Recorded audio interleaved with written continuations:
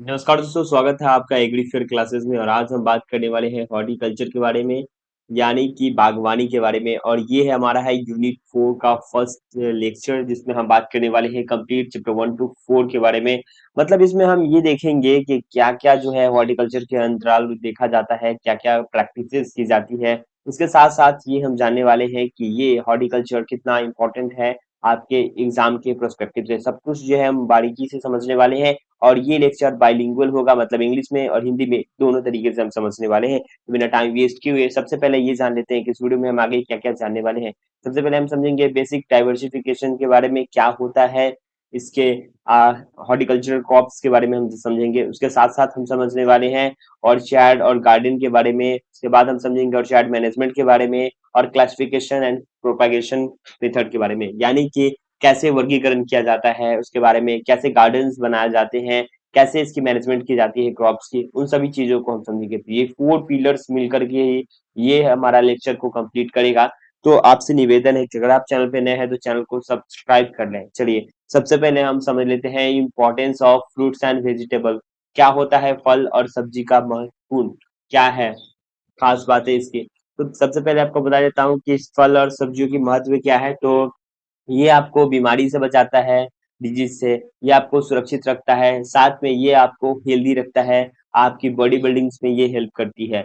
और क्या क्या चीजें हो सकती है अगर इसकी डिफिशियंसी होती है, अगर आप इसे कंज्यूम नहीं करते हैं तो।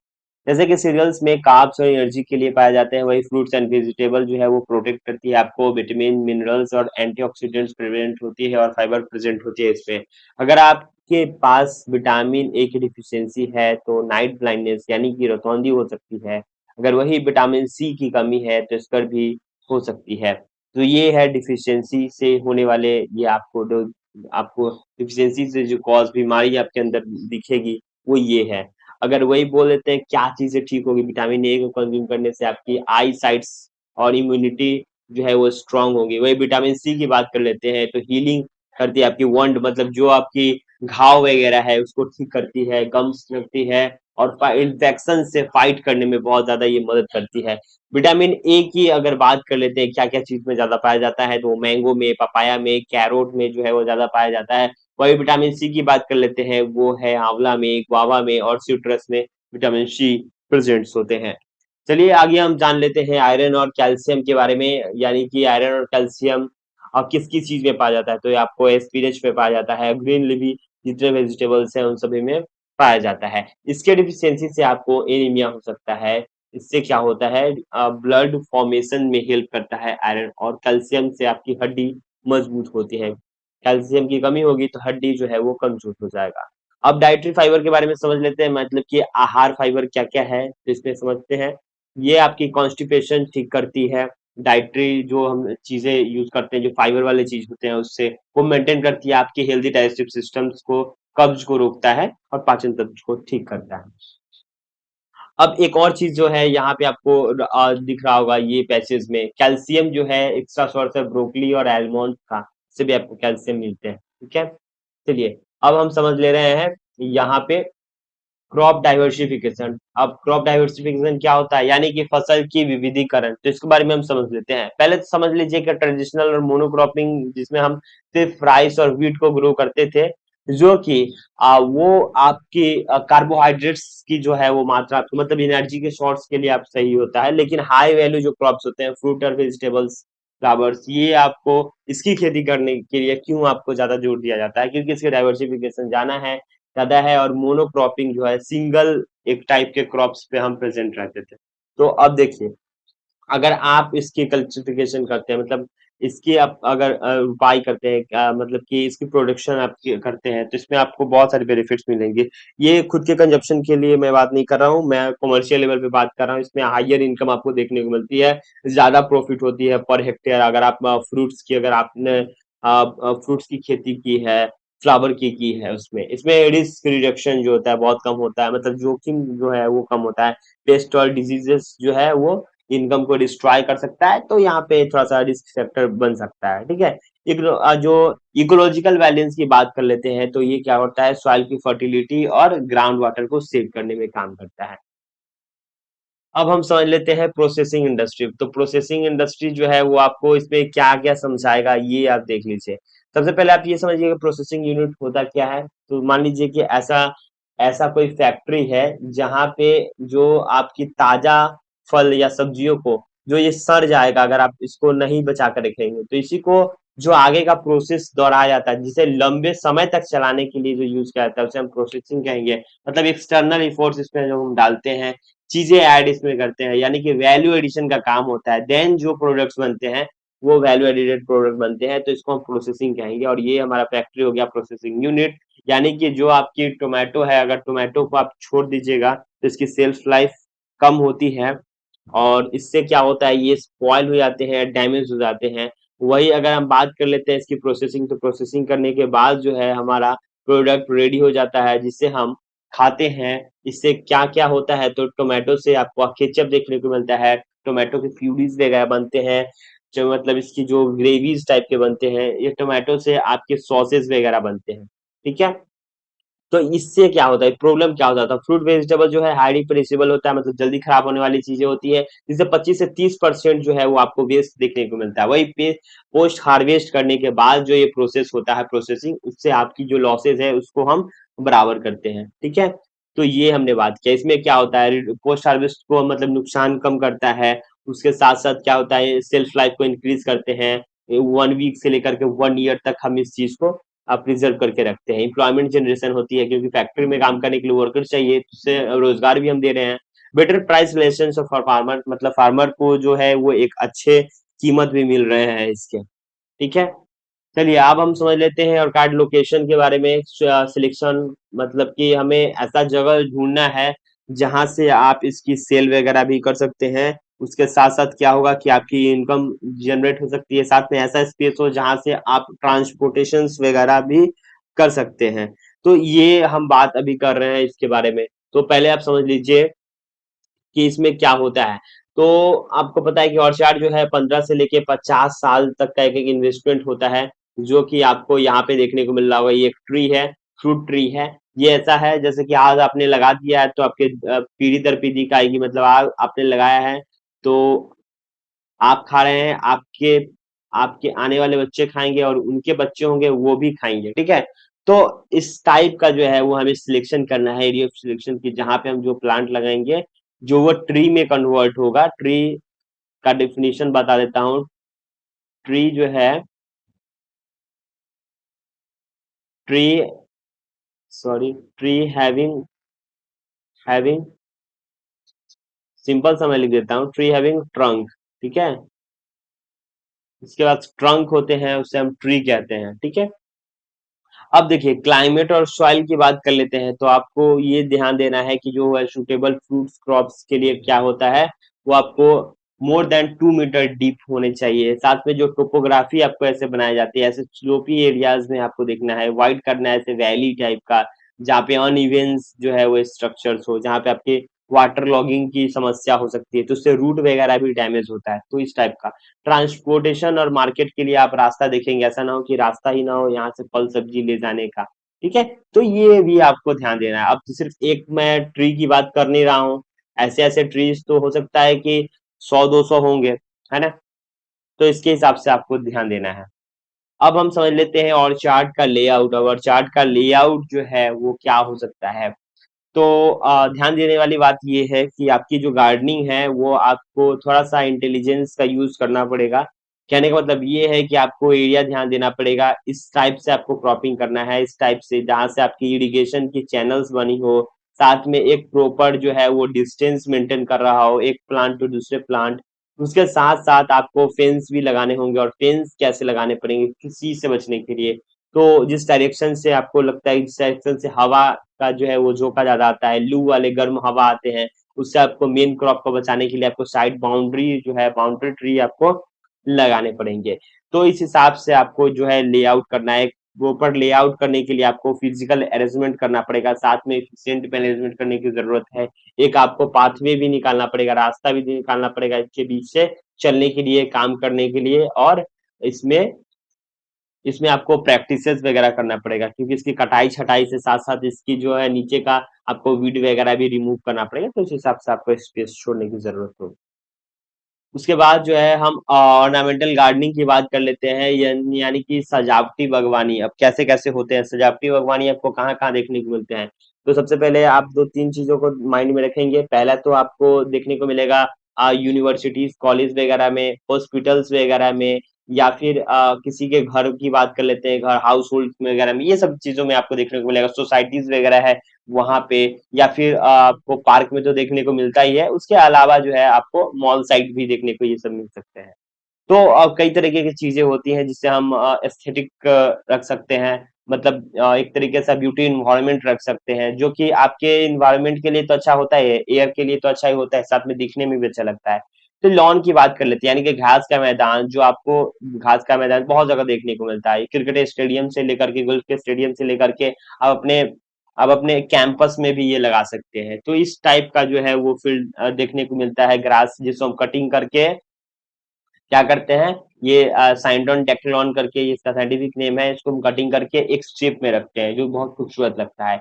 हेज और एज के लिए हम क्या करते हैं, सिलिंड्रम हम यूज करते हैं, इससे हेज बनाया जाता है, एक छोटा सा बाउंड्री टाइप का वॉल टाइप का क्रिएट किया जाता है। वही फ्लावर बेड्स की बात कर लेते हैं, इसमें मैरीगोल्ड पिटूनिया या फिर छोटे जो छोटे छोटे जो साइज के होते हैं उसको हम कहाँ रखते हैं, उसे हम यूज करते हैं फ्लावर बेड्स के लिए। साथ में टोपियरी का यूज करते हैं, जो कि खूबसूरत जो है आपको देखने को मिलता है, वो अलग अलग अलग शेप में, जो कि आयरन का जो है वो इस तरीके का नेट जालीदार जो है, जालीदार नुमा होता है मटेरियल, जिससे उस टाइप का शेप क्रिएट किया जाता है, उसके अंदर जो है प्लांट ग्रो किया जाता है और वो उसी आकार में वो फैल जाता है, जिसका आप कटिंग करके वैसा आप बना सकते हैं। तो इसे टोपियरी कहते हैं। टोपियरी हालांकि बहुत पॉपुलर है इस चीज को शोकेस के लिए, ठीक है। अब प्राइमरी एग्जांपल जैसे कि मुगल गार्डन में, राष्ट्रपति भवन में, या फिर परफेक्ट सेमेट्री और टोपियरी आपको देखने को मिलता है वहाँ। अब समझ लेते हैं हम किचन और न्यूट्रिशन गार्डन के बारे में, कैसे किचन गार्डन आपके होने चाहिए, मतलब गृह वाटिका जो होता है। तो इसमें आप बहुत सारी चीजें लगाते हैं, सब्जी वगैरह लगते हैं, कुछ फल वगैरह भी लगाते हैं। तो आपको ध्यान देने की जरूरत है, जो इस साइड होता है जहाँ से सन की आपके डायरेक्ट बीम जो है आपके क्रॉप्स पे पड़ते हैं, तो उस टाइप का आपको क्रॉप लगाना है, जो कि सन फ्रेंडली जो क्रॉप होंगे उसे हम स्टार्टिंग में लगाएंगे, मतलब छोटे छोटे पौधे हम पहले लगाएंगे, बाद में जो है बड़े बड़े पौधे लगाएंगे। क्योंकि जो नॉर्थ साइड है, अगर नॉर्थ साइड अगर मान लो ये इस साइड से यहाँ से सूर्य अगर निकलता तो यहाँ तक धूप नहीं पहुंच पाता ना, ये रोक देता धूप। तो इस वजह से आपको उस टाइप का जो है सिलेक्शन करना है, जो बड़े बड़े प्लांट, बड़े बड़े प्लांट्स वगैरह है, उसको आपको नॉर्थ साइड फेसिंग करना है, नॉर्थ वेस्ट साइड फेसिंग करना है, और इस साइड छोटे छोटे आपको पौधे रखने हैं, क्योंकि इसी से आपकी जो है सनलाइट्स जो है वो पास होंगे अच्छे तरीके से, ठीक। अब समझते हैं प्लांटिंग सिस्टम, यानी कि जो रोपने की जो विधि है उसके बारे में हम समझते हैं। प्लांटिंग सिस्टम कैसे डिफाइन किया जाता है, अब कैसे आप समझोगे कि कौन सा जो है, कौन सा फैक्टर इसमें यूज होता है। सबसे पहले आपको बता देते हैं कि ये बहुत बड़ा रॉकेट साइंस नहीं है, लेकिन आपको एक सिस्टम को मैनेज करना पड़ेगा कि आप एक हेक्टेयर में कितने प्लांट्स लगाते हैं, कैसे प्लांट्स है, इसकी जो कैनोपी है, कैनोपी से डिसाइड होता है एक एक दूसरे का डिस्टेंस। ये मैंने एक कैनोपी बनाया है, मान लो कि ये जो प्लांट आपने ग्रो किया है ये ट्री जाके बनेगा, मतलब बहुत बड़े इसकी कैनोपी बनने वाली है। तो बड़ा होकर के मान लो कि इतना बड़ा कैनोपी इसकी बनती है, अगर मान लो कि इसके साथ यहाँ पे हमने प्लांटेशन कर दिया इस एरिया में, ठीक है, इस एरिया में प्लांटेशन कर दिया, तो इसकी भी कैनोपी होगी, तो ये आपस में दोनों टकरा जाएगी, ग्रो नहीं हो पाएगा। इस वजह से जो है हम पहले डिसाइड करते हैं कि हमें कहाँ कितना लगाना है प्लांट, और कौन सा प्लांट लगाना है, और इसकी कैनोपी कितनी बड़ी हो सकती है, ठीक है, मतलब इसके रेडियस। तो इसके हिसाब से हम लगाते हैं, और डिस्टेंस जो है हम दोनों का, चारों का मेंटेन करके रखते हैं। अगर स्क्वायर शेप में हम लगा रहे हैं तो स्क्वायर के हिसाब से लगाएंगे, और अगर वो हमें फीलर टाइप का लगाना है, हमें इसे पूरा करना है, अगर बीच का स्पेस आपको खाली दिख रहा है तो हम इसमें छोटे प्लांट्स लगा सकते हैं, ठीक है। तो ये स्क्वायर सिस्टम होता है जिसमें हम 5 ट्री को इजिली जो है वो प्लेस कर सकते हैं। वही अगर सिस्टमेटिक वे से अगर आपको बीच से रास्ता निकालना है तो आप इस तरीके का कर सकते हैं। तो ये जो है फिलर सिस्टम होता है और स्क्वायर सिस्टम होता है, तो अलग अलग जो है क्विंक्लक्स जिसमें आपको देखने को मिलते हैं। ठीक है? तो इस तरीके का आपको ये बताया जाता है कि आपको इसमें भी 2 चीज़ें मेंटेन करना है। एक तो आपको ट्रैक्टर का स्पेस देना है, बीच से अगर जुताई हो रही है, बीच में अगर कोई फसल लगा रहे हैं, तो इसके लिए आपको स्पेस देना है। दूसरी बात, इसमें अगर आपका छोटा एरिया है, जहाँ पे आपको लगता है कि ट्रैक्टर वगैरह का यूज़ नहीं हो पाएगा, हम खुद से हम प्लगिंग वगैरह करेंगे, जुताई वगैरह करेंगे, मतलब ये कह सकते हैं कि कुदाल वगैरह का यूज़ करेंगे, ठीक है? तो वैसे जगह में क्या करेंगे हम 5 को भी ऐड कर सकते हैं, तो इसमें क्योंकि इसमें ट्रैक्टर वगैरह को घुसाने की जरूरत नहीं है। तो इस तरीके से हम इस चीज को समझने वाले हैं कि आपकी जो प्लांट है वो निर्भर करती है आपके स्पेस उसकी कैनोपी पे। ठीक है, चलिए अब प्लांटिंग सिस्टम को समझ लेते हैं। पहले अभी हमने प्लांटिंग सिस्टम को ही समझा है, लेकिन ये दूसरा रूप है। इसमें हम समझेंगे हेक्सागोनल सिस्टम को किस तरीके का होता है। 15% more plant than square system, इसमें ज्यादा प्लांट्स लगते हैं क्योंकि स्क्वायर सिस्टम में आप सिंपल सा समझिए कि स्क्वायर सिस्टम में आप 4 प्लांट ही लगाते हैं। आप 4 प्लांट ही लगाते हैं, बीच का इतना स्पेस बाकी रह जाता है। अगर मान लो आपने हेक्सागोनल लगाया होता तो क्या होता? ज्यादा प्लांट लगते, ज्यादा प्लांट लगते ना। तो इस तरीके का जो है, इस तरीके का आपको एक प्लान लेकर के चलना पड़ेगा। अगर बड़े पैमाने पे आप प्लांट वगैरह लगा रहे हैं तो आपको इस तरीके का शेप सोच के लगाना पड़ेगा कि हम ऐसा लगाएंगे जहां पे हम ज्यादा ग्रो कर सकते हैं। जैसे कि मान लीजिए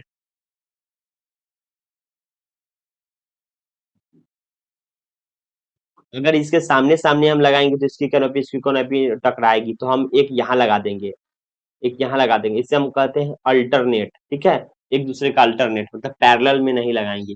इससे जो है हमारा स्पेस भी बचेगा और ज्यादा भी हम प्लांट को लगा सकते हैं। ठीक है, तो ये हमारा तरीका रहा। ठीक, इसको समझ के रखिए। चलिए अब कॉन्टूर सिस्टम समझते हैं। कॉन्टूर जो होता है इस तरीके का फार्मिंग होता है जो कि हिली एरिया में किया जाता है, और वहाँ का जो आपको लैंड है वो प्लेन नहीं देखने को मिलेगा। वहाँ आपको इस तरीके का मिलेगा, ऊंचा नीचा ऊंचा नीचा ऊंचा नीचा ऐसा करके आपको देखने को मिलेगा, मतलब पहाड़ी टाइप का, स्लोपी टाइप का। तो उस टाइप पे आपको इस तरीके का आपको क्रॉप्स लगाए जाते हैं जाकि ऊपर की मिट्टी ज्यादा ढले ना, उससे बचाए रखे और इसे इसकी प्लांटिंग जो है अच्छे तरीके से हो सके। ठीक है, चलिए अब हम समझते हैं ट्रेनिंग एंड प्रूनिंग की। ठीक है, जो कि सदाई और कटाई छटाई की बात कर लेते हैं। ट्रेनिंग क्या होता है, प्रूनिंग क्या होता है। सबसे पहले आपको बता देता हूँ कि ट्रेनिंग जो है और प्रूनिंग एक दोनों दोनों जो है वो एक प्रैक्टिसेस है। तो ट्रेनिंग जो होता है यंग प्लांट में, युवा प्लांट में किया जाता है। क्यों किया जाता है बताते हैं। एक तरीके का शेप दिया जाता है इसको, या फिर इसकी ट्रेनिंग दे करके एक मतलब हम एक डिजायर्ड जो है इसको हम एक शेप में प्रवाहित करते हैं। दूसरा जो है हमारा, इसलिए जब हमें मेन ब्रांच जो है हमें से इसकी लेंथ लंबी नहीं चाहिए तो हम यहाँ से मेन ब्रांच है उसको कट कर देंगे, साइड ब्रांचेस निकलेंगे तो इसकी जो है ब्रांचेस अलग अलग होगी, तो ज्यादा इसमें फ्रूट सेट आपको देखने को मिलेगा। ठीक है, मतलब जितनी ज्यादा ब्रांचेज होगी उतने ज्यादा आपको फ्रूट सेट मिलते, तो ये आपको फ्रूट क्रॉप्स में देखने को मिलते हैं ये प्रैक्टिसेस। अगर मान लो ऊपर का हमने हिस्सा नहीं काटा होता तो ये लंबा होते जाता और बहुत ज्यादा ऊंचा हो जाता, तो इसमें फल फरते लेकिन वो मुश्किल होती इसके तोड़ने में, इसके हार्वेस्ट करने में मुश्किल होती, साथ में उतने ज्यादा नहीं होते क्योंकि इसकी न्यूट्रिशन जो है वो सिर्फ मेन स्ट्रीम ही ले जाता, साइड ब्रांचेस को नहीं मिलते। तो ये सब पतले पतले ब्रांचेस रह जाते हैं और मेन स्ट्रीम आपका मोटा हो जाता है। ठीक है, इसके लिए प्रैक्टिस करते हैं। दूसरा जो आता है हमारा प्रूनिंग होता है, कटाई छटाई सभी लोगों ने देखा है, सभी लोगों ने किया भी है। तो ये अडल्ट ट्री में क्या होता है, जब आपकी प्लांट्स जो है वो मैच्योर हो जाए, बड़ी हो जाए, तो इसकी अच्छी ग्रोथ के लिए, इसकी इम्प्रूवमेंट के लिए या फिर वीड वगैरह काटने के लिए, मान लीजिए कोई डाउनी या फिर कोई तना या फिर कोई ब्रांचेस कह ले ये सूख जाती है, तो उसको प्रूनर से कट कर लीजिए, सिकेटियर से जो है वो कट करके हटा दीजिए ताकि इसमें से नए ग्रोथ हो सके, नए जो है जर्मिनेट करे, नए ब्रांचेस निकले। ठीक है, या फिर जो एक्स्ट्रा पार्ट लग रहे हैं उसको काट छाट दीजिए। ठीक, चलिए हम समझ लेते हैं इंटरक्रॉपिंग के बारे में। इंटरक्रॉपिंग होता क्या है, तो आप आसान भाषा में समझिए कि एक ऐसा जगह जहाँ पे, एक ऐसा स्पेस जहाँ पे एक से ज्यादा मतलब दो दो या दो से ज्यादा 3 क्रॉप्स को हम ग्रो करते हैं एक ही फील्ड में, उसे हम कहते हैं इंटरक्रॉपिंग। ठीक है, अब इंटरक्रॉपिंग क्यों होता है, यानी कि ज्यादा इनकम के लिए, वीट को कंट्रोल करने के लिए हम ऐसा चीजें यूज करते हैं। मतलब एक मान लो कि बहुत बड़ा प्लांट है, ठीक है, बहुत बड़ा प्लांट है और यहाँ पे हमने लगाया है, मतलब ट्री मान लो ना, प्लांट क्यों मान रहे हो, ट्री लगाया है, ठीक है, उसके बीच का स्पेस खाली है। दूसरा फिर यहाँ पे लगा हुआ है, ट्री लगा हुआ है, बीच का स्पेस खाली है। इस स्पेस को, गैप को फिल कीजिए, क्योंकि यहाँ पे वैसे भी वीड हो जाने हैं, मतलब जंगल हो जाने हैं, तो क्लीन करना पड़ेगा। तो क्यों ना यहाँ पे हम ऐसे छोटे प्लांट्स लगा दें, ताकि वो भी ग्रो हो जाए और आपको एक्स्ट्रा इनकम भी मिल जाए। तो इसी को हम कहते हैं इंटरक्रॉपिंग, ठीक है। एज फॉर एग्जाम्पल समझ लीजिए कि दो अलग क्रॉप, जैसे कि शुगर केन और मेज को लेकर के चल लीजिए, ठीक है।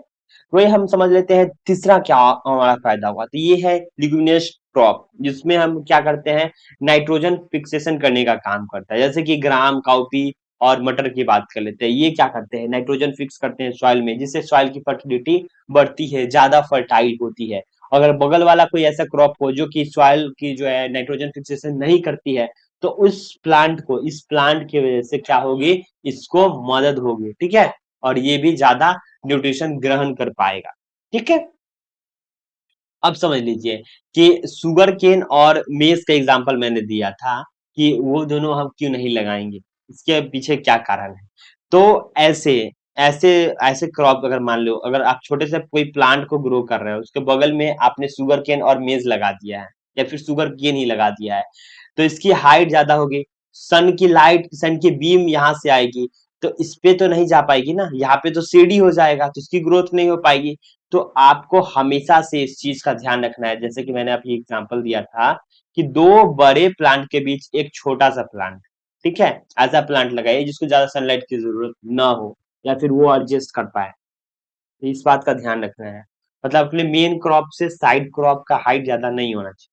अब हम समझते हैं प्रोटेक्शन फ्रॉम फ्रोस्ट। अब फ्रोस्ट क्या होता है, देखिए, फ्रोस्ट आपको भी पता होगा कि फ्रोस्ट जो होता है हमारा, पाले, ठीक है, पाले जैसे कहते हैं कि धुएंधार, या फिर ऐसा कहते हैं ना कि वो हो गया है, क्या कहते हैं, थोड़ा सा फ्रीजिंग फ्रीजिंग या फिर क्रिस्टल बनने लगता है, या फिर कह लीजिए कि आपको वो देखने को मिलता है, फॉगी फॉगी इस टाइप का। तो इससे बचाव के लिए हम क्रॉप्स को क्या करते हैं, तो इस पे आप बहुत चीज कर सकते हैं, जैसे कि ड्राई वेस्ट को आप बर्न करते हैं, तो इसमें क्या होता है, स्मोक ब्लेंडर में जाता है, जो कि ट्रैप करता है अर्थ के हीट को, और वापस से क्या हो जाता है, वो बारिश होती है। तो ये जो है उस चीज के लिए बहुत खतरा होता है, तो इसको बचाने के लिए हम टेम्परेचर जो है माइनस, सॉरी, 0 डिग्री सेल्सियस से जो बिलो होता है, मतलब माइनस में जो होता है, प्लांट के सेल्स को फ्रीज कर देता है, आइस क्रिस्टल बना देता है, और इस सेल को ब्रस्ट कर देता है, और प्लांट मर जाते हैं। तो इसके लिए आपको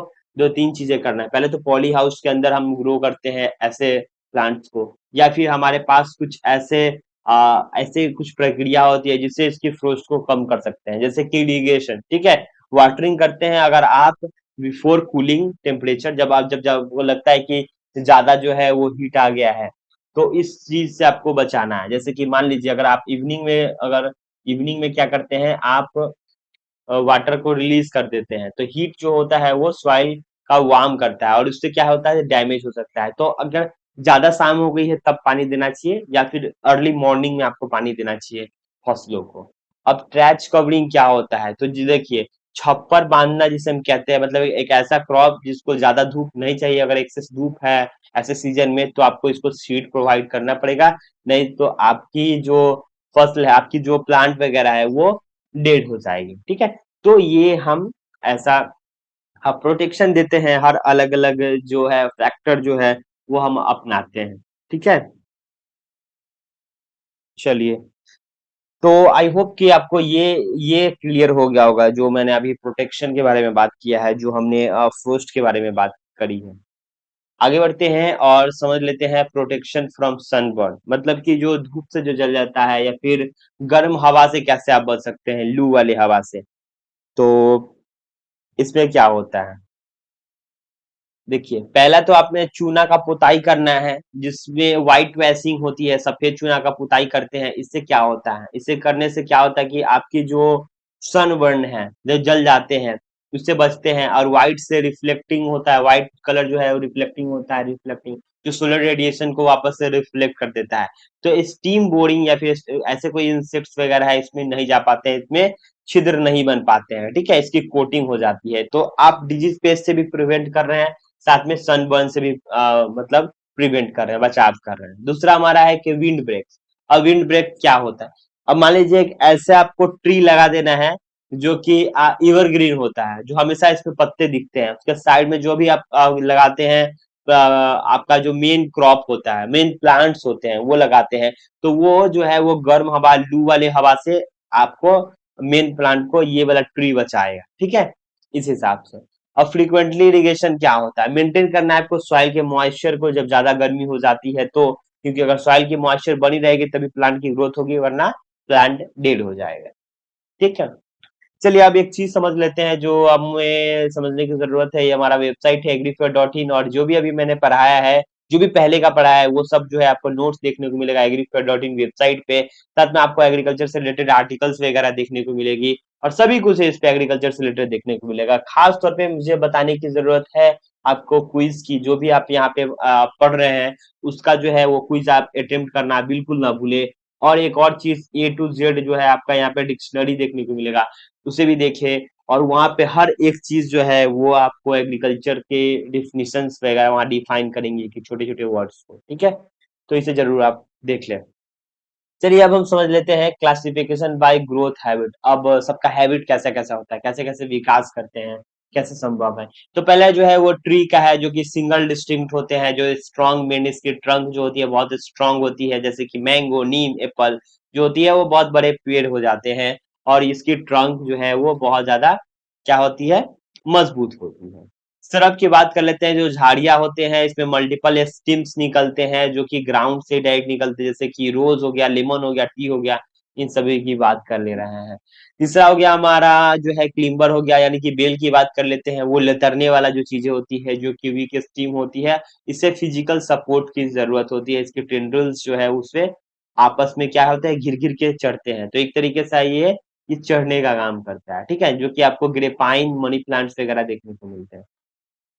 चलिए अब हम बात कर लेते हैं क्लासिफिकेशन बाय लाइफ स्पैन, मतलब इसकी जीवन की काल के आधार पे हम समझ लेते हैं कैसे कैसे प्लांट होते हैं।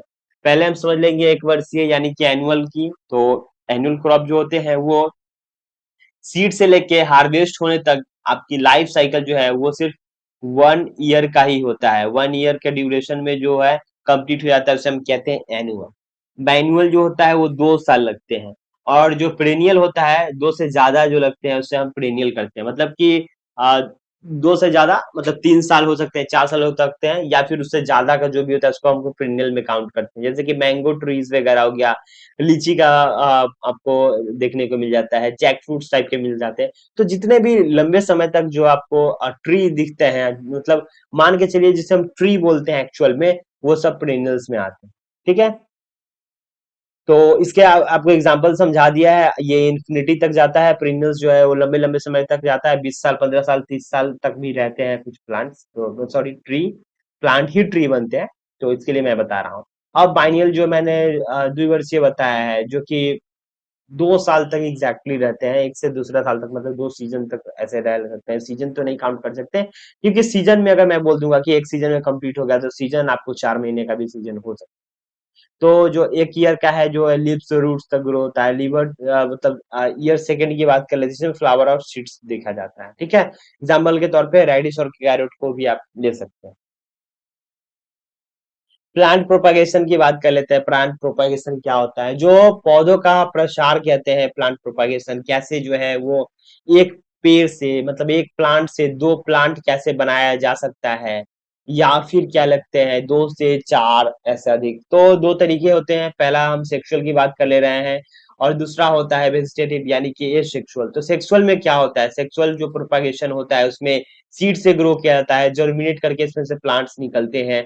और वही अगर वेजिटेटिव एसेक्सुअल की बात कर लेते हैं तो वो आर्टिफिशियली तरीके से इसकी जो हम कटिंग्स लगाते हैं, लेयरिंग लगाते हैं, ग्राफ्टिंग करते हैं, वो सब जो होता है वो हमारा आ जाता है एसेक्सुअल में, ठीक है। चलिए, जिसे हम कलम लगाना भी कहते हैं, ये हमारा आम भाषा है, तो आपको इससे याद होगा कलम लगाना या कलम बांधना। अब समझ लेते हैं वेजिटेटिव प्रोपागेशन की लेयरिंग टेक्निक क्या होता है। तो पहले आपको यहाँ पे समझने को मिला है कटिंग, जिसमें देख सकते हैं ये है हमारा कटिंग। कटिंग में क्या होता है बेसिकली, तो कटिंग में क्या होता है कि एक ऐसा ब्रांचेज होता है, मेन ब्रांचेज को हम कट लगा देते हैं, तो और सिंपल सा उसे हम कटिंग कहते हैं, ठीक है, स्लंट कटिंग कहते हैं। स्लंट काट देते हैं इसको तिरछा, तो ये कटिंग हमारा हो गया। दूसरा जो है हमारा यहाँ पे प्रैक्टिसेस है लेयरिंग, ये हमारा है एयर लेयरिंग। अब एयर लेयरिंग जो हवा में लगाने वाला जो दाब होता है उसको हम एयर लेयरिंग कहते हैं। और लेयरिंग के बहुत सारे मेथड है, कटिंग के भी बहुत सारे मेथड है। ये सब मेथड आपको कहाँ पढ़ने को मिलेगा? इसी चैनल पे पढ़ने को मिलेगा। अगर चैनल पे आप नए हैं तो अभी चैनल को प्लीज, चैनल को जो है वो सब्सक्राइब कर लीजिए। और साथ में एग्री फेयर एक और चैनल है जहां पे आपको इसके प्रैक्टिकल वीडियो दिखेगा कि कैसे हमने एयर लेयरिंग लगाए हैं, इसके ऊपर वीडियोस हैं, ठीक है। तो देखिए सिंपल सा आपको जो है वो एक ब्रांचेस लेना है जो कि एक मैच्योर है, 1 से 2 साल का, जो आपका अगर आपको कोई ट्री हो गया हो तो उसकी जो है ब्रांचेस एक स्ट्रॉन्ग और हेल्दी ब्रांचेस को चूज करना है, जिसकी ऊपर की पील हटा देनी है।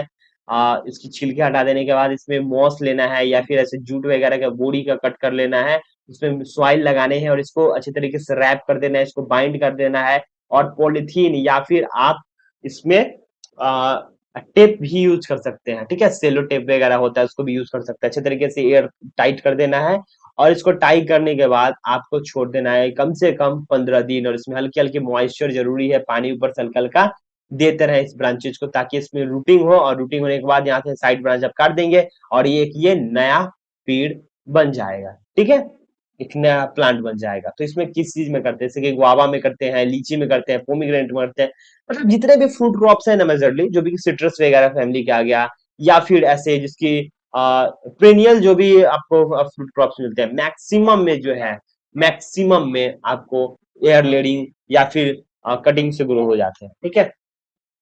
अब वेजिटेटिव प्रोपागेशन में बात कर लेते हैं। इसमें होता है एक ग्राफ्टिंग और बडिंग भी।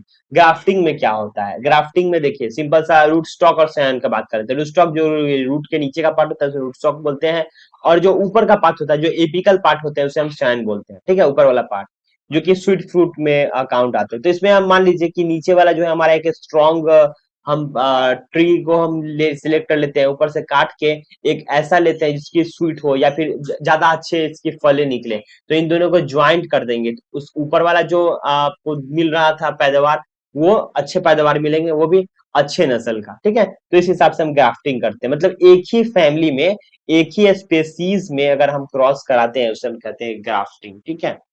अब हम बडिंग को समझते हैं। बडिंग क्या होता है? तो ये चश्मा चढ़ाना का नाम भी इसे हम जानते हैं, एक हिंदी भाषा है जिसमें हम समझते हैं। इसमें टी शेप का होता है, बहुत सारे चिप बडिंग, बहुत सारे बडिंग के टाइप्स है, हालांकि मैं टी बता रहा हूँ यहाँ पे। इसमें क्या होता है, अगर नया आपको यहाँ पे ग्रो करना है, नया इसमें से प्लांट निकालने हैं, तो कोई अलग सा जो है तना काट लो, इसी के स्टीम से कट करके इसके अंदर शेप में फिट कर दो और इसको अच्छे तरीके से बाइंड कर दो, तो इसमें से रूट निकलेंगे और नया इसमें से पौधे बन जाएंगे। तो इसकी कट करके आप वापस से इसको लगा सकते हैं, तो नया प्लांट बन जाएगा। हालांकि ये टेक्निक थोड़ा सा डिफिकल्ट होता है as compared to layering and cutting. Cutting is so easy. तो इसके ऊपर अगर आपको वीडियो चाहिए ना, इसे हम क्या लगते हैं, प्लांट प्रोपागेशन, ये जो हमने अभी पढ़ाया है, ठीक है, प्रोपागेशन, ठीक है। अगर इसके ऊपर अगर डिटेल आपको वीडियो चाहिए ना सिर्फ प्लांट प्रोपागेशन के ऊपर, तो प्लीज कमेंट करके बताएं। और ऐसे ही वीडियोस के लिए आप हमारे चैनल को सब्सक्राइब कर सकते हैं। और अभी तक हमने जो भी जाना है उसके ऊपर जो है हमें आपको क्विज जाके अटेम्प्ट करना है, साथ में प्रैक्टिस करनी है, दोबारा से इस वीडियो को देखना है। अगर आपने अभी नॉर्मल वीडियोस देखा है तो इसको आपको 2x स्पीड में जो है, 2x स्पीड में देख सकते हैं या फिर 1.5x स्पीड में इसे दोबारा से देखिए एज रिवीजन के लिए। लेकिन आज के इस वीडियो में हम समझने वाले हैं कल्टीवेशन के बारे में, फ्रूट क्रॉप्स के बारे में, वेजिटेबल के बारे में और फ्लावर्स के बारे में। उसके साथ साथ प्रिंसिपल्स ऑफ प्रिजर्वेशन के बारे में समझने वाले हैं। उसके बाद हम समझेंगे वैल्यू एडिशन के बारे में, अलग अलग प्रोडक्ट्स की कैसे वैल्यू एडिट करके कैसे आप जो है अच्छे खासे पैसे जो है कमा सकते हैं, मतलब इकोनॉमिकली कैसे आप बूस्ट कर सकते हैं। ये सब चीजें जो है बारीकी से इसमें समझने वाले हैं। तो आपसे एक रिक्वेस्ट है, अगर आप चैनल पे नए हैं तो चैनल को सब्सक्राइब कर लें और इस वीडियो को बिना स्किप किए हुए देखें। चलिए बिना किसी टाइम वेस्ट के सबसे पहले हम समझ लेते हैं मैंगो यानी कि फ्रूट क्रॉप्स में मैंगो के बारे में। मैंगो का साइंटिफिक नेम होता है मैंगनीफेरा इंडिका। इस साइंटिफिक को आप याद करके रखेंगे। साइंटिफिक नेम जो है वो क्वेश्चंस आपको पूछे जाते हैं एग्जाम्स में, सो ये मस्ट है और ये इजी भी है, ये कॉमन है, इसको आपको याद करनी चाहिए। इसकी कल्टीवेशन कैसे होती है? तो विनियर ग्राफ्टिंग, इनार्चिंग के थ्रू होती है। इसके साथ साथ जो है इसमें कटिंग्स भी लगाए जाते हैं, इसमें लेयरिंग कराए जाते हैं, ठीक है। इसमें एक और प्रोसेस है जो कि मैं आपको बता देता हूँ कि कैसे किया जाता है। तो पहले आपको पता होगा विनीर ग्राफ्टिंग होता क्या है, नर्सिंग होता क्या है। तो ये मैंगो का प्रोपेट करने का तरीका है, नया पौधे बनाने का। इसमें क्या होता है, अच्छे प्लांट्स की ब्रांच को दूसरे रूट स्टॉक से ज्वाइन किया जाता है ताकि बेटर क्वालिटी का प्लांट हमें मिल सके। ठीक है, अब हम समझते हैं सेकेंड आपको यहाँ पे देखने को मिल रहा होगा, ये है स्मडिंग। अब स्मडिंग क्या होता है? स्मडिंग स्मडिंग जो अर्ली फ्लावरिंग के लिए हम करते हैं प्रैक्टिस, अब कैसे होती है, पेड़ के पास धुआं किया जाता है यानी कि स्मोक किया जाता है। इससे प्लांट को स्ट्रेस मिलता है और जल्दी फ्लावरिंग होती है। ठीक है, मतलब धुआं करने से क्या होता है, उसे अनईजी फील होता है और वो फ्लावरिंग में कन्वर्ट हो जाती है। ठीक है, फ्लावरिंग करती है। अर्ली फ्लावरिंग के लिए हम इस टेक्निक को यूज करते हैं। अब समझते हैं डिसऑर्डर। डिसऑर्डर क्या है? तो इसमें डिसऑर्डर में आपको अल्टरनेट बियरिंग देखने को मिलते हैं, मतलब कि यहाँ पे कहीं पे बियरिंग निकली है, कभी नहीं निकली है, इस बार निकली है, अगली बार नहीं निकली, तो इस तरीके का आपको देखने को मिलता है। तो एक साल बहुत ज्यादा फ्रूट्स आते हैं और नेक्स्ट ईयर जो है वो आपको कम देखने को मिलती है। ये मैंगो में ये कॉमन प्रॉब्लम है। ठीक है, तो ये डिसऑर्डर है थोड़ा सा इसमें। अब हम समझते हैं स्पॉन्जी टिश्यू क्या होता है। स्पॉन्जी टिश्यू आपको देखने को मिल रहा होगा। देखिए, अल्फांसो मैंगो आम के अंदर एक पल्प सॉफ्ट और स्पॉन्जी जैसा हो जाता है, जो कि फ्रूट्स बाहर से नॉर्मल दिखते हैं पर अंदर से खराब हो जाता है, उसे हम कहते हैं स्पॉन्जी टिश्यू इन अल्फांसो। ये एक डिजीज कह सकते हैं। ठीक है, और ये डिसऑर्डर से भी होता है, डिसऑर्डर भी मैंने आपको बता दिया। अब हम समझते हैं प्रोसेसिंग के बारे में। ये मैं बस बेसिक्स बता रहा हूँ, पूरे डिटेल में इसको आपको नहीं पढ़ना है। अगर आप डिटेल में पढ़ना चाहते हैं तो उसका भी लेक्चर जो है वो मेरे चैनल पर आने वाला है, लेकिन ये एग्जाम पर्सपेक्टिव से है तो मैं आपको बस ब्रीफ में ही बताऊंगा जो जो आपको जरूरत है। ठीक है, एज पर सिलेबस।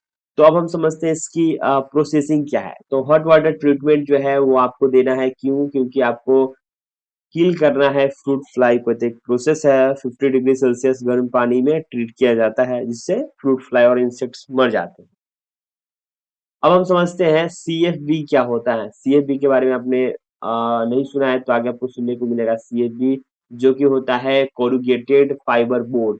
ये एक तरीके का बोर्ड होता है, बॉक्स होता है कह सकते हैं, या फिर हम अपने अपने लोकल भाषा में गत्ता, या फिर इससे हम कहते हैं कार्टून। ठीक है, ये एक तरीके का बॉक्स होता है जिसमें हम क्या करते हैं, मैंगो मैंगो को बॉक्सेस में पैक किया जाता है। ये स्ट्रॉन्ग कार्डबोर्ड बॉक्सेस होता है जिसे ट्रांसपोर्ट करते हैं, तो ये हमारा जो भी फ्रूट्स रहते हैं वो सेफ रहते हैं इसके लिए। आगे बढ़ते हैं और समझ लेते हैं पपाया का। तो पपाया का साइंटिफिक नेम होता है कैरिका पपाया, ये आप ध्यान रखेंगे।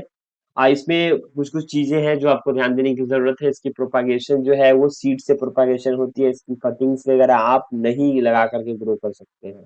सीड रेट जो है वो 250 टू 300 ग्राम पर हेक्टेयर देखने को मिलती है।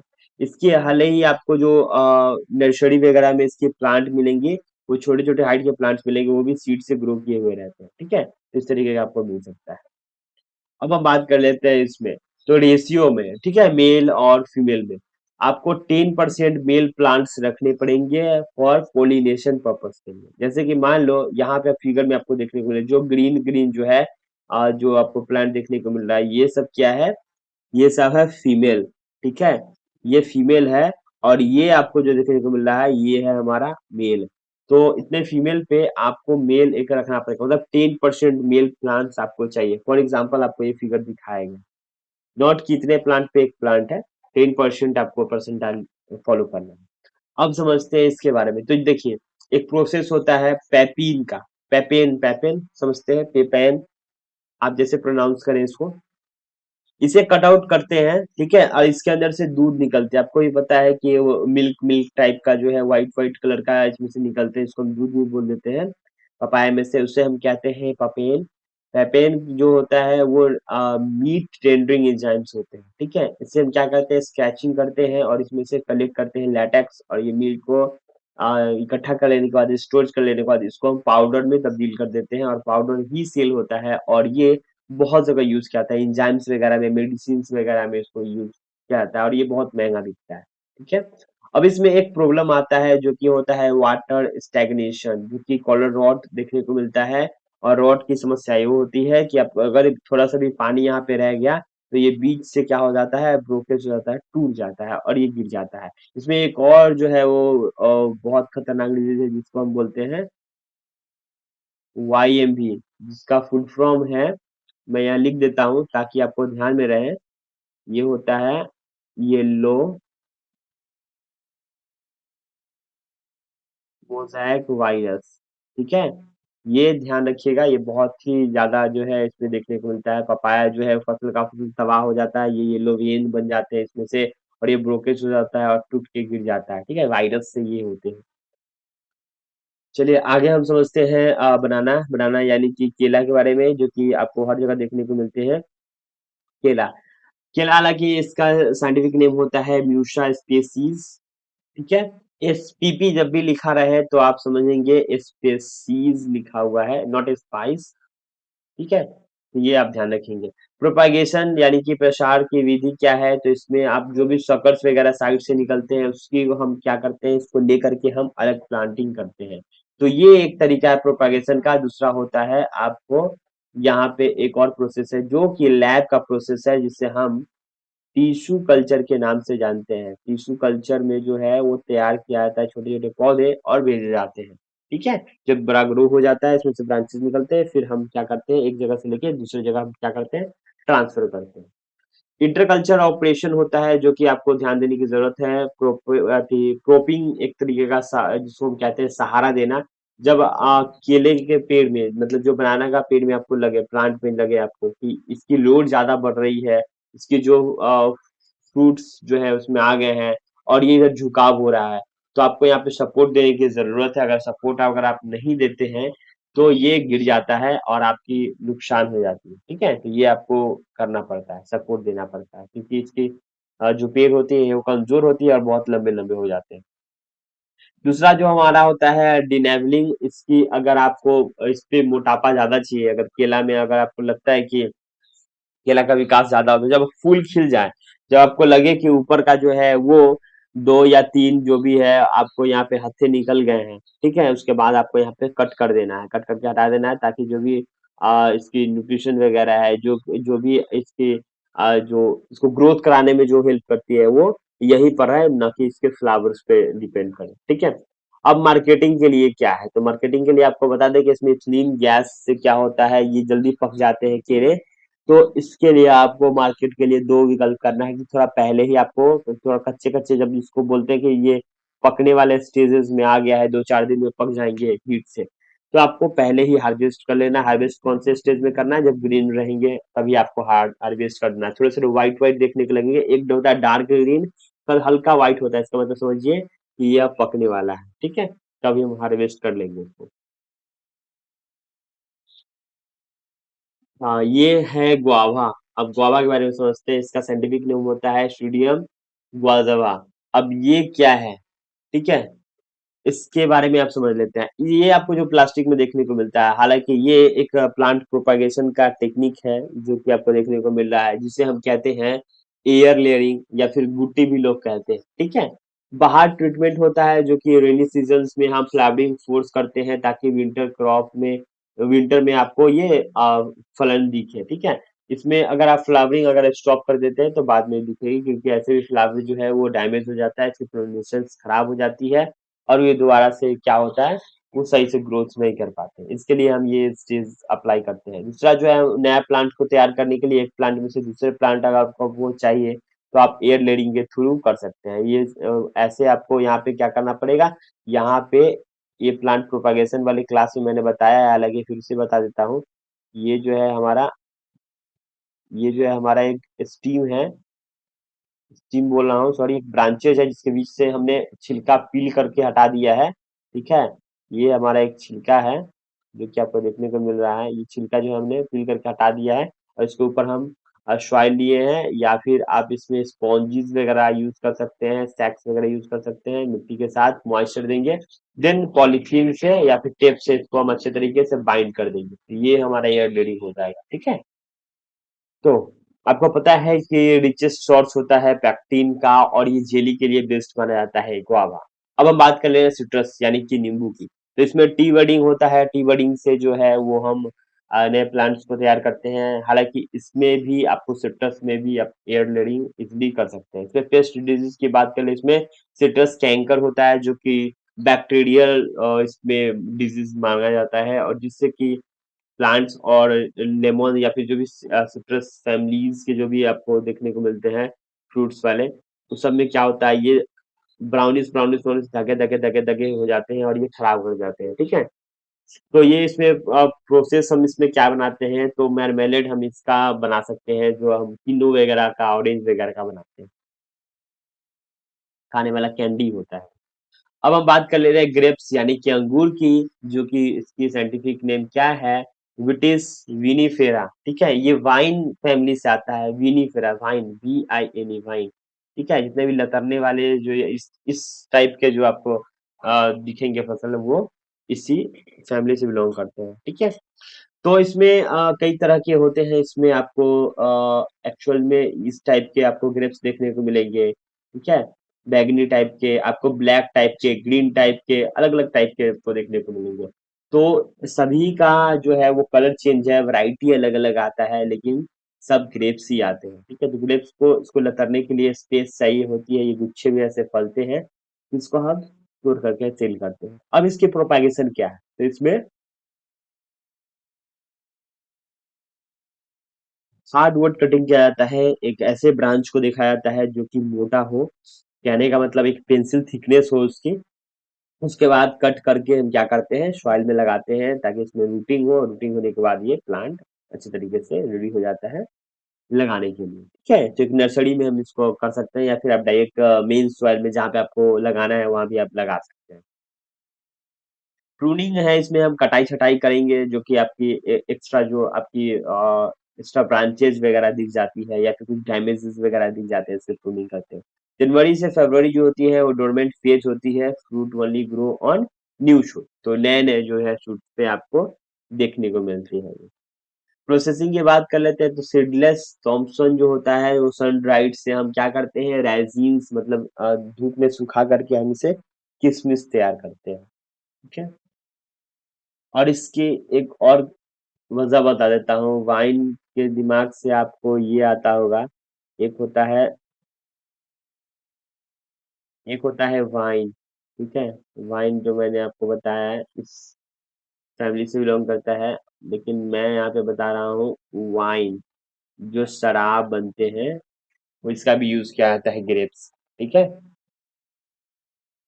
तो एक और चीज मैं अब छोड़ दे रहा हूँ बार बार, ठीक है। एक और चीज आपको ध्यान देने की जरूरत है, वाइन वाइन का जो रिसर्च स्टेशन, जो यहाँ जो ग्रेप्स का रिसर्च स्टेशन है, वो आपको नासिक में देखने को मिलेगा, नासिक, ठीक है, MP और महाराष्ट्र में, ठीक है। तो ये आप याद करके रख सकते हैं, हालांकि इतना ज्यादा जरूरत नहीं है। हालांकि जब भी आपके दिमाग में आए कि अगर वाइन बन रहा है, ग्रेप्स हो रहे हैं, तो आपको ज्यादातर नासिक में जो है वाइन यार्ड वहाँ पे है देखने को मिलते हैं। अब हम समझते हैं रूट एंड ट्यूबर्स वेजिटेबल्स के बारे में, क्या होता है ये रूट और ट्यूबर्स वाले। देखिए ट्यूबर्स आसान भाषा में समझे तो हम ऐसे सब्जी को कहते हैं, ऐसे ऐसे प्लांट्स को हम बोलते हैं जिसकी रूट्स में, जिसकी तने में जो होती है, रूट्स में, उसमें उसमें अगर फलन होती है, उसे हम ट्यूबर्स कहते हैं, मतलब जो मिट्टी के अंदर जो फलने वाली होती है उसे ट्यूबर्स कहते हैं। जैसे कि वेजिटेबल में हमारा पोटैटो हो जाएगा, अगर सैलेड में काउंट करें वेजिटेबल्स में, तो इसमें हमारा रेडिश हो जाएगा, हमारा कैरोट हो जाएगा, ठीक है। तो इसमें अब होता क्या है, देखिए कठोर मिट्टी में जब होती है, जड़ क्या हो जाती है, बढ़ जाती है अलग अलग, और इसकी शेप साइज चेंज हो जाती है। साथ में इसको प्रॉपर स्पेस नहीं मिलता है ताकि वो कोन शेप बना सके, ठीक है। मेजरली जो होता है वो कोन शेप में आपको देखने को मिलता है, चाहे वो कैरोट हो चाहे वो रेडिश, उसको हल्की मिट्टी चाहिए होती है। पोटैटो का भी सेम है, अगर हल्की मिट्टी रहेगी तो वो ज़्यादा बियर होंगे, ज़्यादा साइज़ इसके बड़े होंगे। अगर टाइट मिट्टी होंगे तो ये छोटे-छोटे दाने ही रह जाएँगे, ठीक है? तो इस चीज़ का ध्यान देंगे। हालाँकि इसमें बता रहे हैं 2 चीज़ें होती है, एक होता है इसको सपोर्ट देने के लिए अर्थिंग अप, ताकि इसको मिट्टी चढ़ाया जाता है ताकि इसको सपोर्ट मिल सके और ज़्यादा से ज़्यादा बियर हो सके। इसके अलावा एक डेंजर आपको चीज़ देखने को मिलती है, सन एक्सपोज़र जो है वो ग्रीन ट्यूबर्स कर देते हैं, जो कि पॉइज़नस होता है, सोलेनिन इसमें पाए जाते हैं। तो ये जो है हम इसको अवॉइड करते हैं, ग्रीन वाला जो पोटैटो होता है, ठीक है? ये जहरीला माना जाता है। तो इसे हम जब भी ग्रो करते हैं, ऐसे जो ट्यूबर्स वाले फैमिली होते हैं, उसे रीज एंड फरो में ग्रो करते हैं, ठीक है? रीज रीज हमारा होता है और ये फरो में ये लगाए होते हैं।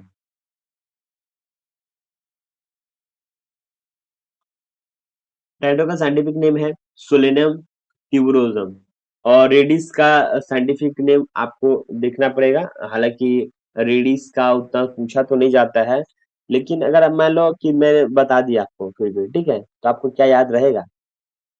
आप ही बताओ। देखिए, यहाँ पे मैं लिख दे रहा हूँ।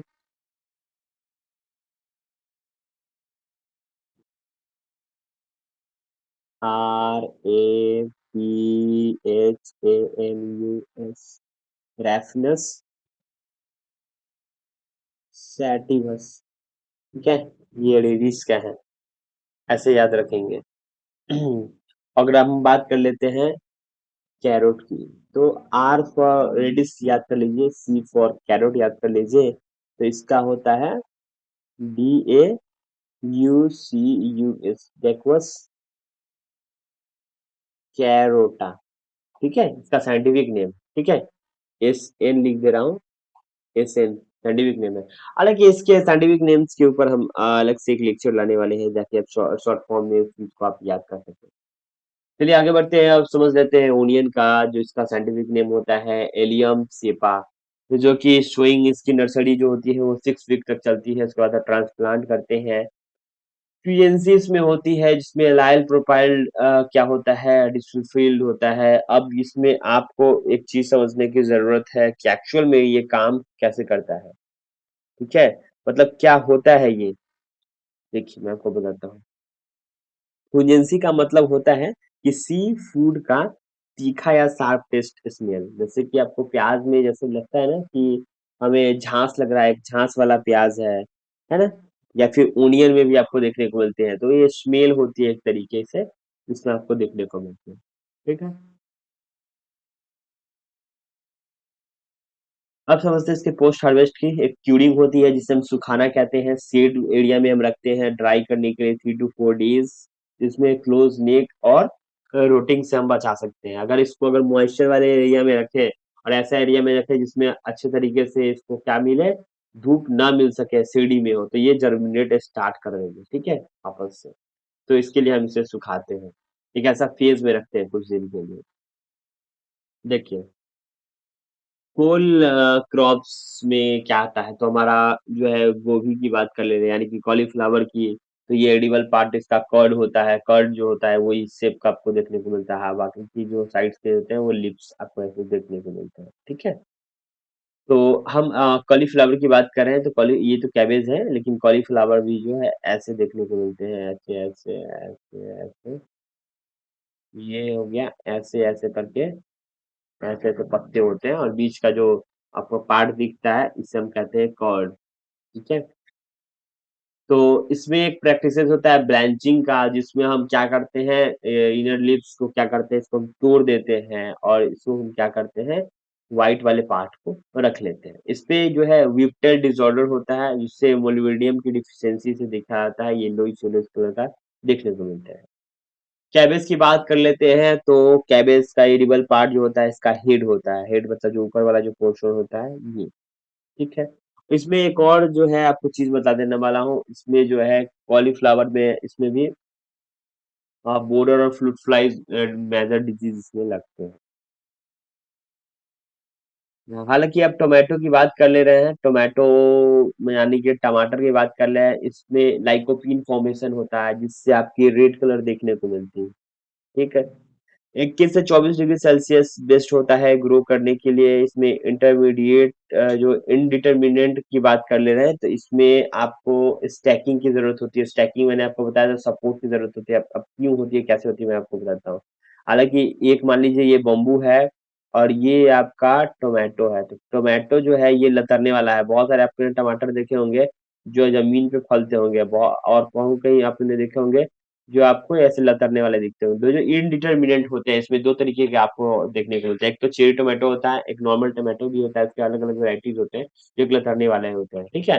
तो ज़्यादातर पॉली हाउस वगैरह में या फिर ओपन फील्ड में भी ग्रो किया जाता है, इसमें ज़्यादा पैदावार देखने को मिलती है एज़ कम्पेयर टू जो हम यूज़ करते हैं एज़ अ प्लांट वाले मतलब डिटरमिनेंट वाले, ठीक है? एक इनडिटरमिनेंट होता है, एक डिटरमिनेंट होता है, तो आप इस चीज़ को आप याद रखें।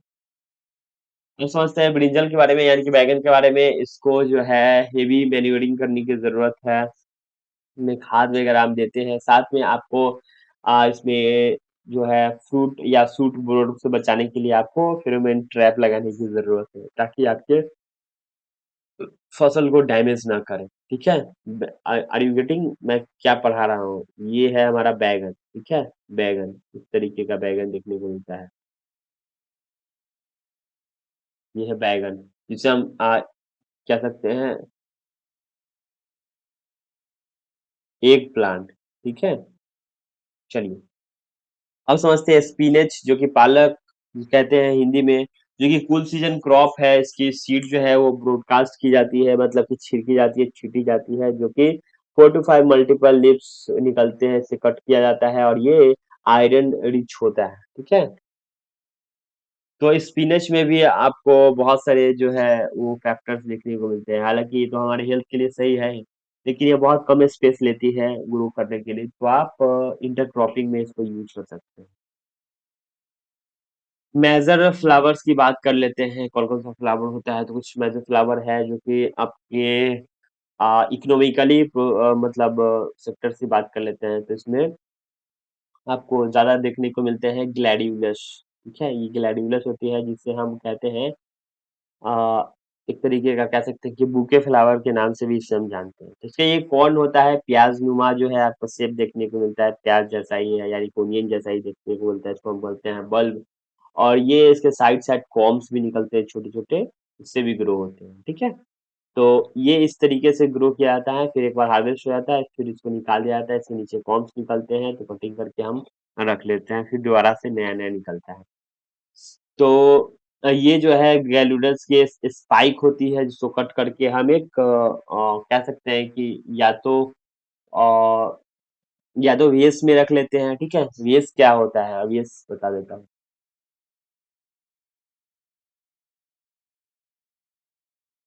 ये हमारा वेव्स हो गया, ठीक है? इसमें हम क्या करेंगे? इसमें हम स्टिक्स डाल देंगे ऐसे। इसमें ये हमारा फ्लावर्स लग गया, ये हमारा फ्लावर लग गया, ठीक है? तो इस तरीके से हम इसको रखते हैं, इसमें अंदर पानी वगैरह डाल दिए जाते हैं ताकि लंबे समय तक क्या है हम इसको स्टोर करके रखते हैं। ट्रीटमेंट किया जाता है और इसको हम बाहर भेजते हैं, ठीक है? क्राइसैंथेमम की बात करते हैं जिसे गुलदाउदी कहते हैं, तो रूट शकर से जो क्या होता है प्रोपेगेट होता है।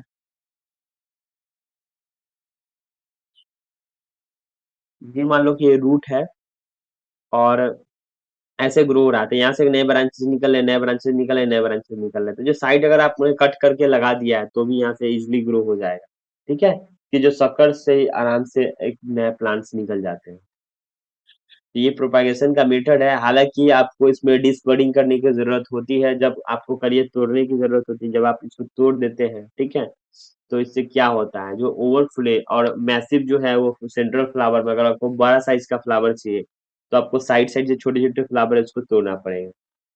ठीक? आप समझते हैं रोज़ के बारे में, गुलाब के बारे में, तो इसमें जो है वो टी बडिंग किया जाता है। हालाँकि ये कटिंग से भी लगाए जाते हैं, जो कि सेपरेट प्रूनिंग जो है आपको प्रूनिंग अक्टूबर और विंटर ब्लूम के लिए किया जाता है। ठीक है? मैरीगोल्ड की बात कर लेते हैं यानी गेंदा की बात कर लेते हैं तो आपको यहाँ पे ट्रैप क्रॉप जैसे यूज कर सकते हैं वेजिटेबल्स वगैरह की इसमें फील्ड में जब ये कील करते हैं निमेटोड्स वगैरह की इसमें एक केमिकल रिलीज करते हैं जो कि मैरीगोल्ड अगर आप सब्जी के बीच में लगाते हैं तो जो भी कीड़े वगैरह हैं जो जो कीट वगैरह देखने को मिलते हैं उन सबको खात्मा कर देगा उसको आने नहीं देगा नजदीक ठीक है तो मैरीगोल्ड एक अच्छा ट्रैप का काम करता है ट्रैप क्रॉप साइड बाउंड्री में मैरीगोल्ड जरूर लगाएं चलिए अब हम समझते हैं कैना के बारे में अब कौना क्या होता है तो ये जो है ये राइजोम्स होता है सन लविंग ऑर्नामेंटल्स होते हैं जो कि गार्डन बॉर्डर्स में आपको देखने को मिलता है अब आपने कभी ये सोचा है कि एक्चुअल में जो है वो कहना होता क्या है?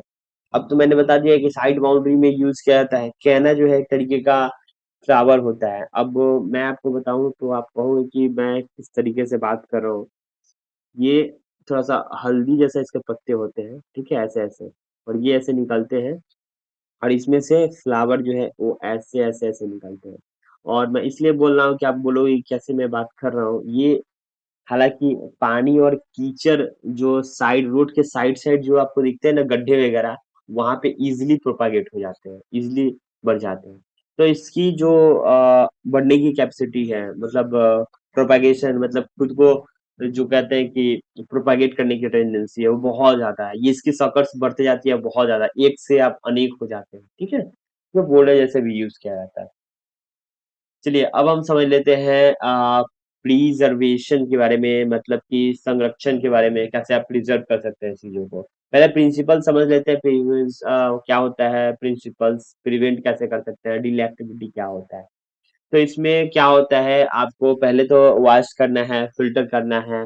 अब इसमें एक दो टर्म जो है वो आपको समझने की जरूरत है, जो आप बोलोगे कि एक्चुअल में ये होता क्या है, ठीक है।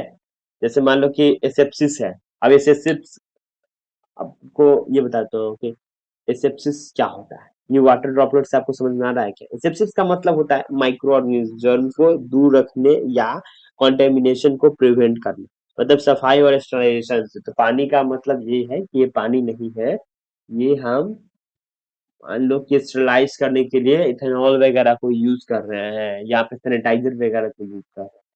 यहाँ पे हम वॉश कर रहे हैं, साथ में हम फिल्टर भी कर रहे हैं, ठीक है। डिहाइड्रेशन को रिमूव करने के लिए हम क्या कर रहे हैं, वाटर को रिमूव करने के लिए तो हम सनलाइट के थ्रू जो है इसको क्या कर रहे हैं, सन की हीट के थ्रू इसकी पानी को हम सुखा रहे हैं, ठीक। अब जैसे कि हमने डिहाइड्रेशन में किस चीज को लिया, तो आप मैंने आपको बताया ग्रेप्स। तो ग्रेप से क्या बना, रेजिन। रेजिन क्या होता है हमारा, रेजिन तो हमारे होते हैं किशमिश। तो इस तरीके से आपको क्या कहते हैं, ये एक तरीके का प्रिजर्वेशन है, ठीक है। प्रिजर्व करना लॉन्ग टाइम के लिए, क्योंकि अंगूर तो ज्यादा टाइम के लिए आप नहीं रख सकते ना, क्योंकि वो तो सड़ जाएगा। अगर इसी को आप सुखा के खाओ तो किशमिश बहुत दिन तक चलता है। इसी को कहते हैं प्रिजर्वेशन।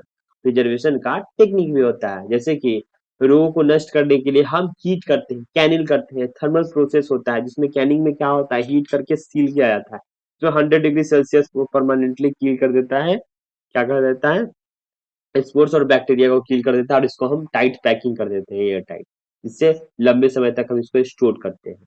वही नेक्स्ट है हमारा ओस्मोसिस। ओस्मोसिस क्या होता है, देखिए। अब आपको मैं दो चीजें बता दूं कि ओस्मोसिस जो होता है वो होता क्या है, और दूसरा जो है वो चीनी और सैल्ट से कैसे हम बैक्टीरिया सेल्स को डैमेज कर सकते हैं।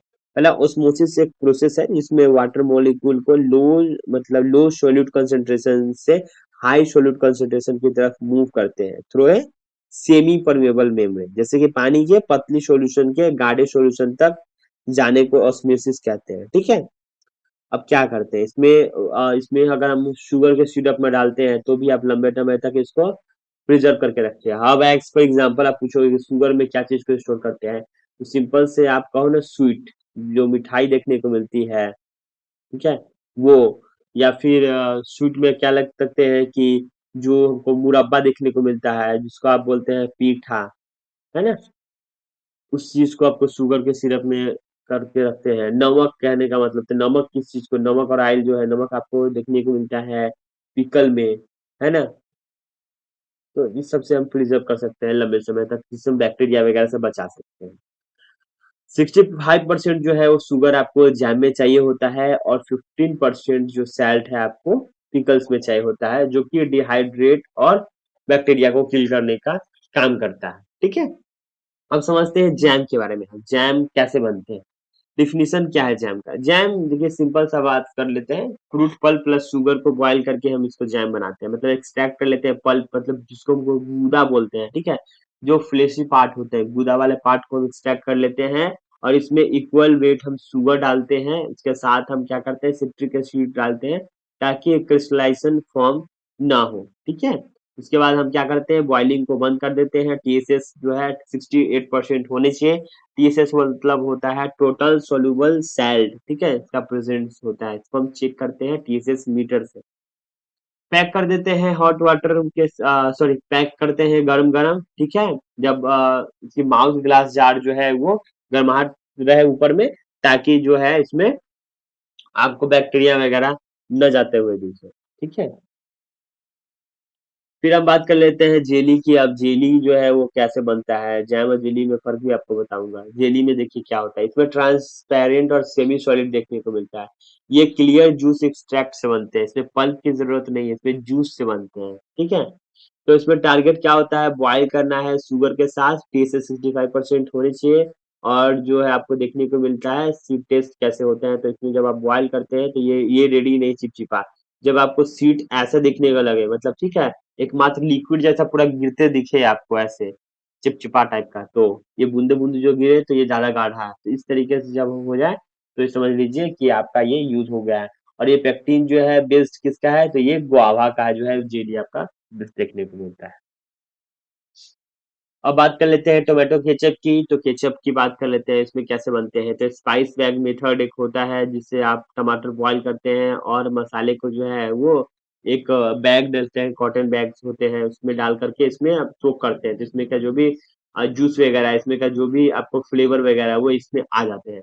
अगर इसी में आप डायरेक्ट अगर आप ऐड कर देते हैं तो ये आपका खराब हो जाएगा, तीखापन हो जाएगा, कलर वगैरह सब कुछ चेंजेस देखने को मिलते हैं।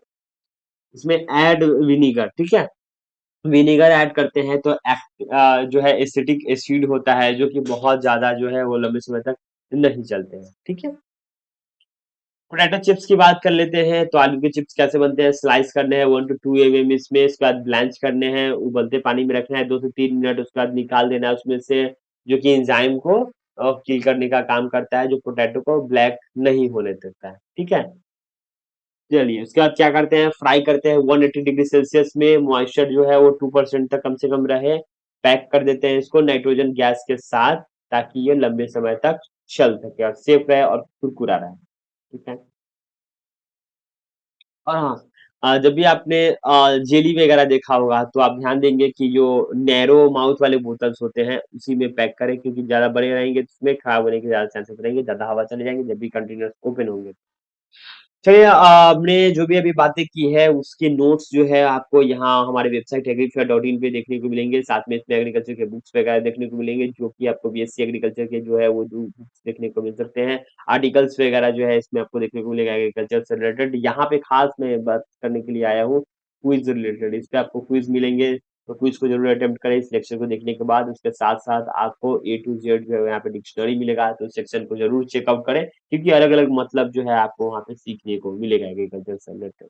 चलिए आगे हम समझ लेते हैं कि अभी तक मैंने जो भी समझाया आपको बताया, तो एक बार छोटा सा एक रिवीजन हो जाए, ठीक है। प्रोपेगेशन की ये मैट्रिक्स है, जिसमें मैंगो का प्रोपेगेशन कैसे होता है, विनीर ग्राफ्टिंग नर्चिंग के थ्रू जो है वो आपको देखने को मिलता है।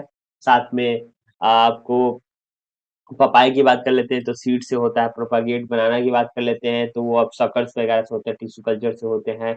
गुआवा की बात कर लेते हैं, एयर लेडिंग से होते हैं। सिट्रस की बात करते हैं तो टी बडिंग, और रोज की बात करते हैं उसमें भी टी बडिंग। तो हालांकि ये सब कटिंग से भी हो जाते हैं इजिली। और इसमें भी सिट्रस में भी आपको क्या है, आपको एयर लेडिंग देखने को मिलते हैं, मतलब लेडिंग के माध्यम से आप कर सकते हैं। लेडिंग के कई सारे मतलब अलग अलग माउंट लेडिंग वगैरह भी होते हैं, जो नीचे जिसकी मिट्टी में सटी रहती है टहनियाँ, उससे भी करते हैं। तो ये ज़्यादा कारगर है, इसलिए इसकी एग्जांपल दी गई। इसका मतलब ये नहीं है कि हम उससे नहीं कर सकते हैं, ठीक है। ग्रेप्स जो है हार्डवुड कटिंग से हम इसको प्रोपागेट करते हैं। ग्लैडियोलस जो है वो कॉम्ब से करते हैं। कॉम्ब्स बताया था, जो आपको प्याज नुमा स्ट्रक्चर दिखाया था आपको, वो प्याज नुमा को बोलते हैं, ठीक है। कॉम्ब्स इसके साइड साइड से निकलते हैं कॉम्ब्स, और ये बल्ब होता है, ठीक। चाइना जो है राइजोम से ये किया जाता है, और क्राइसैंथेमम जो है वो रूट शकर्स वगैरह से वो प्रोपागेट होते हैं, ठीक है। अब ये सीड रेट है, सीड रेट हालांकि जो सीड वाले हैं उसके लिए सीड रेट्स जो है 250 to 300 ग्राम्स पर हेक्टेयर आपको यूज होते हैं। पपाया के तो बनाने की बात करते हैं, सकर वेट 500 से 750 ग्राम का होना चाहिए।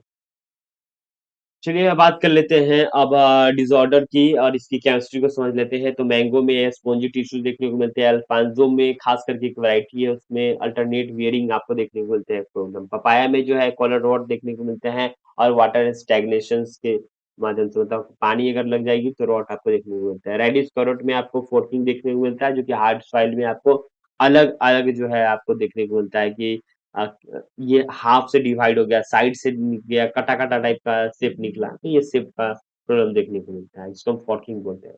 कॉलीफ्लावर में व्हिप टेल देखने को मिलते हैं, जो कि मोलिब्डियम की डिफिशियंसी होती है। ठीक। सिट्रस की बात कर लेते हैं, तो सिट्रस में सिट्रस कैंकर बैक्टीरियल एक डिजीज देखने को मिलता है। पैपिंग की बात कर लेते हैं, तो ये मीट टेंड्रेन होता है, पपाया लेटेक्स का हम इसको यूज कर लेते हैं। सोनाडीन की बात कर लेते हैं, जो कि पॉइजन होता है ग्रीन पोटैटो, जिसे सन एक्सपोजर है, एक्सपोजर से जो है वो ग्रीन पोटैटो हो जाते हैं। लिकोपीन क्या होता है, जो कि टोमेटो रेड कलर आपको देखने को मिलते हैं, और ये बेस्ड होता है किस से 24 डिग्री सेल्सियस उसकी ग्रोइंग इंडेंस। एनिल प्रोपाइल क्या होता है, डिसल्फाइड, तो ओनियन फ्यूजेंसी होता है, जिसमें आपको देखने को मिलता है झांस वाले प्याज, जो कि आंखों को लगता है ज्यादा, आपकी आंखों में आंसू आते हैं जब इसको कट करते हैं या फिर खाते हैं, तो थोड़ा सा आपको तीखापन लगता है। ठीक है। अब जानते हैं अल्फा अल्फा टेथ्रीनिल क्या होता है। तो मैरीगोल्ड रूट जो है वो सिक्रेशन करता है, किल करता है आपको निमेटोड्स को, तो ये बेस्ड होता है एक तरीके से। आप सब्जी वाले खेतों में ये गेंदा यानी कि मैरीगोल्ड की खेती जरूर करें, इसको जरूर लगाएं। अब बात कर लेते हैं जैम और जेली की डिफरेंस के बारे में, क्या होता है डिफरेंस। तो बेस मटेरियल बात कर लेते हैं, इसमें फ्रूट पल्प लगते हैं जैम में, और जेली की बात कर लेते हैं क्लियर क्लियर आपको जूस एक्सट्रैक्ट लगे, यानी कि रस से बनता है और ये गुदा से बनता है। एडिटिव की बात कर लेते हैं, इसमें साइट्रिक एसिड्स यूज होते हैं, इसमें पेक्टिन यूज होते हैं। बेस्ट फ्रूट इसमें एप्पल और मिक्स होते हैं जैम में। और वही जेली की बात कर लेते हैं, बेस्ट गुआवा को माना जाता है, हालांकि इसमें बनाना का भी यूज किया जाता है। टारगेट जो है टीसीएस दोनों में इसमें 68% है, इसमें 65% होता है टीसीएस। ठीक है। रेडनेस टेस्ट जो है वो टेम्परेचर और टीसीएस पर डिपेंड करता है, और इसे सीट टेस्ट से गुजारा जाता है, इसकी पतलापन देखी जाती है। ठीक है। अपीयरेंस की बात कर लेते हैं, थिक होता है, ओपेक्यू होता है, और जेली की बात कर लेते हैं, वो ट्रांसपेरेंट होता है और सेमी सॉलिड देखने को मिलता है। तो दोस्तों ये थी वीडियो, उम्मीद करता हूँ आपको वीडियो पसंद है, तो वीडियो को लाइक करें, अपने दोस्तों के साथ भी शेयर करें, और आपसे नम्र निवेदन है कि इससे पहले के जो भी आपने नोट्स नहीं देखे हैं, तो प्लीज जाकर के उसे देखिए। वन शॉट की हमारी वीडियोस जो है वो चैनल पे आपको देखने को मिलेंगे। वन शॉट में आपका जो भी मैं छोटे छोटे लेक्चर्स डाल रहा हूँ, सभी वहाँ पे कॉम्बाइन देखने को मिलेंगे, एक साथ आपको वहाँ पे देखने को मिलेंगे। साथ में जो भी अगर आपने प्रीवियस देखा है लेक्चर, अगर आपको कोई डाउट है, अगर आप पीवाईक्यू भी चाहते हैं, अगर आप चाहते हैं कि आपका एग्जाम नजदीक है और पीवाईक्यू पे हम बात करें, कुछ ऐसे क्वेश्चंस लेकर आए, या फिर कोई अलग एग्जाम के ऊपर हम वीडियो लाएं, तो वो भी कमेंट बिल्कुल करें, क्योंकि आज जो है हमारा ये यूनिट जो है वो हमारा समाप्त हो चुका है। और यहाँ से सीयूईटी आईसीआर का जर्नी जो है वो हमारे लिए तो समाप्त हो गया है, लेकिन आपके लिए अभी नहीं हुआ है। जब आप पढ़ लेंगे तो आपके लिए भी समाप्त हो जाएगा, और आपकी तैयारी अच्छी रहे, उसके लिए मैं आपके जो है आपके लिए आपके तरफ से मैं पूरी तरीके से मैं आपको सपोर्ट दूंगा। जो भी आपको चाहिए, नोट्स चाहिए, या फिर आपको जो भी क्वेश्चंस की रिक्वायरमेंट है, पीओआई की रिक्वायरमेंट है, सभी, और मैं कामना करता हूं कि आपके एग्जाम्स अच्छे जाएं। Best of luck for your exam. Thank you for watching this video.